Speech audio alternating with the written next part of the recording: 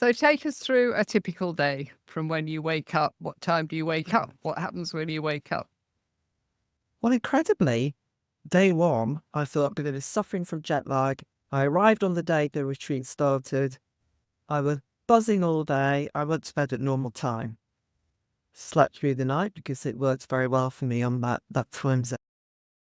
So no jet lag. So that's the first thing to note. You will not be punished by jet lag for 2 or 3 days because you just get into a really nice rhythm. So day 1, 2, 3, 4, 5, 6, 7 pretty much had the same kind of lovely routine. So you wake up in the morning, nice and early, about 7ish, and you might hear some cockerels or some interesting wildlife in the gardens.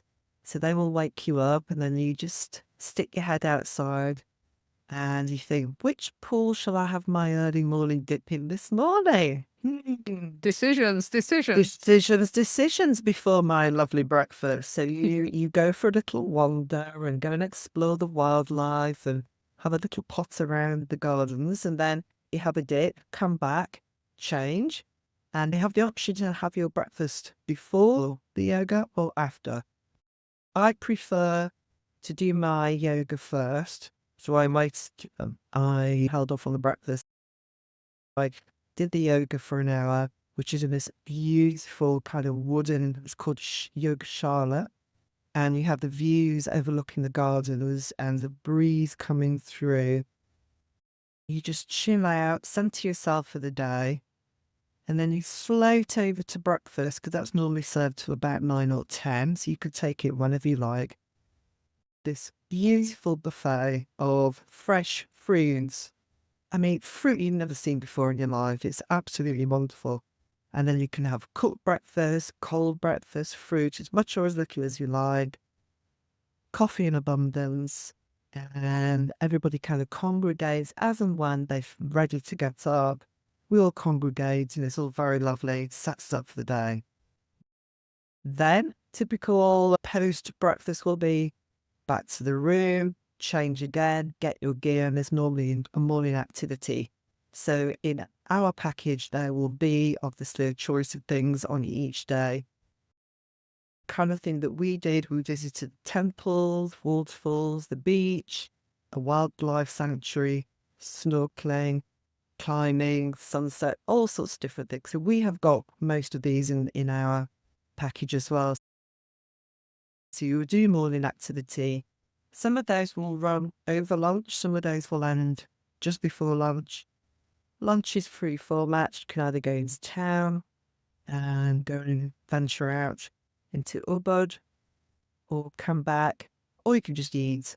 And it is very, very affordable, the food, and it really is scrumptious, healthy stuff.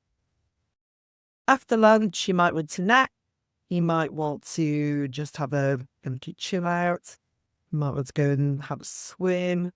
And then normally, mid-afternoon, there is a share and circle or a little workshop. Each day there will be something, a different theme to explore as a group. And that really cements the day because you get to talk about a subject that you either know nothing about, and therefore it's very useful to hear other people's opinions, or you know a lot about and you are very willing to share. You're left feeling you're strengthened, vulnerable, supported, inspired, curious. So each day there'll be a different topic just to set a little question going in your head. Thought for the day. And there's yoga at the end of the day, possibly. Outfit change again because we get so ready for dinner. And then dinner is all together, and that's always brilliant because we're all yap. Beautiful food, all homemade, and nice early dinner. Wrap up about 9 o'clock. And then for those who want to just conk out early, off you go. For those who want to go and have a look at the sunset around 8 p.m. on someone's balcony, you could do that as well. And then you go to bed nice and early, and same again the next day. Wow. Sounds Yeah. amazing.